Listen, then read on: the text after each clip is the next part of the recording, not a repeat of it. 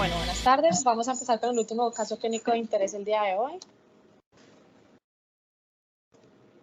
Se trata de una paciente femenina de 33 años con un antecedente de una enfermedad renal crónica de estadio 5 por una etiología multifactorial. Esta paciente presentaba litiasis renal e infecciones urinarias recurrentes.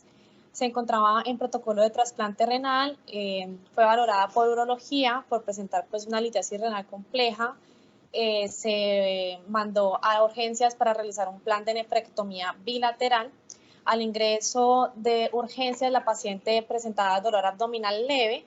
Al examen físico se encontraba taquicárdica y con la presión arterial en límites inferiores. Además, se encontró un granuloma en el flanco izquierdo que presentaba salida de líquido seroso, según descrito en la historia clínica.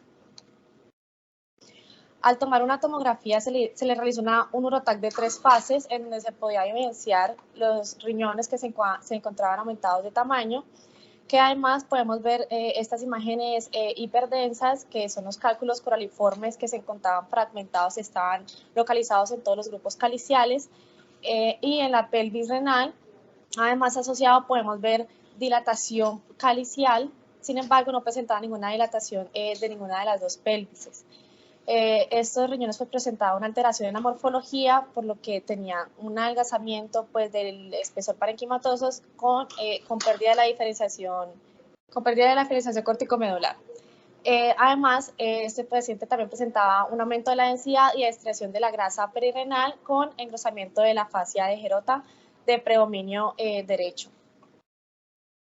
Entonces, la combinación pues, de un riñón agrandado y estos hallazgos en la imagen con los cálculos coraliformes y los cambios inflamatorios perirenales en una paciente con una patología crónica, nos tiene que llevar a pensar en una pielonefritis granulomatosa. Esta es una forma atípica de pielonefritis crónica que es caracterizada por la destrucción del parénquima renal por macrófagos, resultando pues, en un riñón no funcionante. Generalmente tiene una predilección femenina, una relación 2:1, se da en pacientes de edad media o mayores y pues está muy relacionado a los pacientes con diabetes mellitus tipo 2 y los pacientes con cálculos coraliformes. También en la clínica se pueden encontrar síntomas como muy vagos, síntomas constitucionales por el carácter crónico de la patología, donde vamos a ver solamente decaimiento, pérdida de pesos, febrículas. Podemos encontrar hematuria de dolor en flanco izquierdo y a pesar de que los pacientes no presenten ningún síntoma de infección urinaria aguda, en los exámenes de laboratorio podemos encontrar piuria y cultivos positivos. En la patología, pues como su nombre lo indica, pues es un proceso granulomatoso crónico que se cree que es el resultado de una infección subaguda o crónica que va a generar una reacción inmune incompleta y van a estar pues, relacionadas las bacterias que están relacionadas a las infecciones urinarias, que las cuales son pues, la E. coli y la Proteus mirabili. El riñón va a ser reemplazado por una masa de tejido reactivo que va a rodear los cálculos coraliformes que pueden estar presentes hasta en el 90% de estos pacientes. Van a provocar una hidronefrosis asociada que van a estar predominantemente ocupados por macrófagos espumosos cargados de lípidos. Sin embargo, va a seguir teniendo ese predominio quístico o líquido de la hidronefrosis. Y el proceso inflamatorio generalmente se extiende a los tejidos perirenales e incluso a los órganos adyacentes. Cuando presentan esta extensión, se empiezan a clasificar, entonces solamente si hay compromiso renal es estadio 1, si hay compromiso de extensión de la grasa perirenal es compromiso 2 y cuando ya compromete los espacios para y perirenales o el retroperitoneo o los órganos adyacentes, entonces ya se puede clasificar como un estadio 3. Qué pena, aquí me quedó un 2, pero es 3. Entonces, como hallazgos radiológicos tenemos que pues, la radiografía solamente nos puede ayudar para visualizar los cálculos coraliformes o en caso de que podamos visualizar la sombra renal aumentada de tamaño. Sin embargo, cuando no hay presencia de cálculos, pues no vamos a poder visualizar esta patología o ninguna indicación de esta patología por radiografía. Por ecografía podemos ver pues el agrandamiento del tamaño renal, la pérdida de la diferenciación corticomedular y la disminución del espesor parenquimatoso. podemos ver cómo en el Doppler color pues hay una falta de vascularización pues por ese reemplazo del parénquima renal, y también podemos evidenciar por la ecografía pues los cálculos coraliformes que se van a ver como imágenes hiper ecogénicas con sombra acústica posterior. En la tomografía, pues es la técnica de imagen pues, más útil para llegar al diagnóstico correcto. El contorno normal generalmente va a estar perdido y pues vamos a poder evidenciar el aumento del tamaño con pues una pelvis renal contraída por la ocupación del cálculo coraliforme.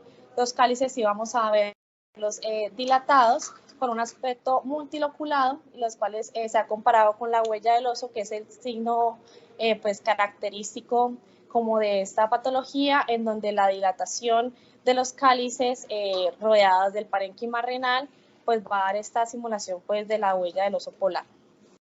También podemos ver aumento de la densidad de la grasa perirrenal, y estos son los hallazgos característicos de la tomografía que nos deben hacer pensar en una pielonefritis tanto granulomatosa.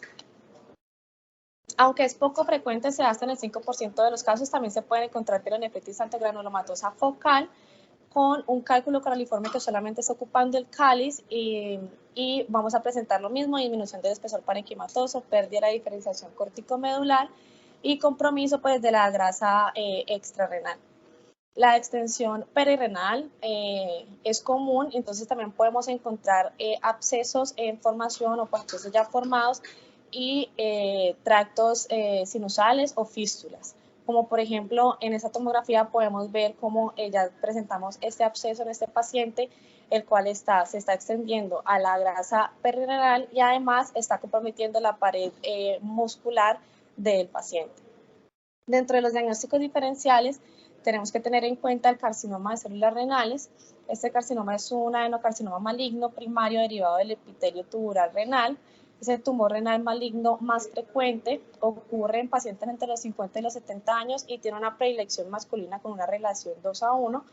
Se cree que los carcinomas de las células renales son la neoplasia maligna número 8 más común, y representan hasta el 80 al 90% de las neoplasias renales malignas primarias en los adultos.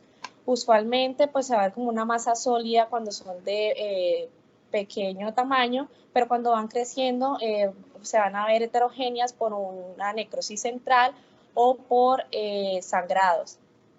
Los factores de riesgo son el cigarrillo, la diálisis relacionada a las enfermedades quísticas, la obesidad, la hipertensión y el trasplante renal. Tiene una tríada clásica que en realidad solamente se ve hasta en el 20% de los pacientes, en donde presentan hematuria en el 60%, dolor en el flanco en un 40% y una masa palpable en un 30%. El 50% de esos carcinomas son son hallazgos incidentales. En la tomografía entonces lo vamos a ver, cuando son de pequeño tamaño casi no se van a poder diferenciar porque van a presentar un realce homogéneo al parénquima renal. Sin embargo, cuando van creciendo de tamaño van a presentar una necrosis central, como ya lo mencioné. Generalmente tienen una densidad de tejido blando entre un 20 a 70, 20 a 70 unidades Hounsfield, pero cuando tienen presentación de hemorragias, pues van a tener aumento de la densidad. Por ejemplo, acá tenemos esta masa que es heterogénea, que tiene esta necrosis central, que está ubicada, pues es una masa exofítica de la corteza renal, y también hay que tener en cuenta que en estos pacientes tienden a presentar compromiso de la circulación venosa, hasta en un 15%, entonces vemos cómo compromete también la vena renal izquierda y la vena cava inferior. Y acá, en esta imagen de acá, tenemos esta lesión con esta apariencia quística multiseptada, con unos nódulos murales que realzan, y pues esto nos tiene que hacer pensar en un carcinoma de células renales. Y como último diagnóstico diferencial, pues obviamente tenemos que pensar en los procesos infecciosos, como es el absceso renal. El absceso pues es una acumulación de líquido infeccioso en el riñón. Pues se puede dar en todas las edades. Los factores de riesgo son los pacientes que presenten diabetes mellitus, cálculos renales que generan obstrucción y pues otras obstrucciones ureterales. La clínica pues va a ser fiebre, dolor abdominal y disuria. y pues lo que nos va a poder diferenciar de nuestro caso es que pues es un proceso agudo. En la tomografía lo vamos a ver, pues esta es la modalidad más precisa para el diagnóstico. Se puede ver como una lesión bien definida, de baja densidad, con una pared gruesa, irregular o una pseudocápsula, que se va a poder diferenciar mejor pues una tomografía con medio de contraste. En los abscesos también podemos encontrar gas y cada vez que encontremos gas en una lesión tenemos que pensar en que se trata de un absceso en formación. Pueden presentar también septos en su interior, entonces en este caso tenemos un absceso pues que está en este riñón izquierdo que está desplazando hacia anterior el resto del riñón, y tenemos que tener en cuenta que la similaridad que tenemos con nuestro caso es que también puede presentar estriación de la grasa adyacente, por lo que se trata de un proceso inflamatorio y comprometer también acá la fascia de Gerota y puede generar engrosamiento de la fascia. Como seguimiento de nuestro paciente, además de presentar la pielonefritis, también presentaba pues otros hallazgos como esta colección hipodensa de bordes delgados que presentaba septos en su interior, que estaba en un estrecho contacto con el riñón izquierdo y se cree que tenía un trayecto fistuloso, sin embargo no se pudo demostrar, y además también presentaba este tracto tubular fistuloso desde el tercio medio del riñón derecho pues hacia la región lumbar, que no se logró pacificar con el medio de contraste, por lo que la paciente pues tenía una falla renal de base, entonces tenía un retraso en la fase de eliminación. A ese absceso se le realizó un drenaje con técnica Seldinger, en donde se obtuvo un material purulento y se dejó un catéter de drenaje en su interior. Y a la paciente se le logró hacer una nefrectomía derecha y se programó para la izquierda este año. Esta fue la bibliografía que utilicé para el caso. Muchas gracias.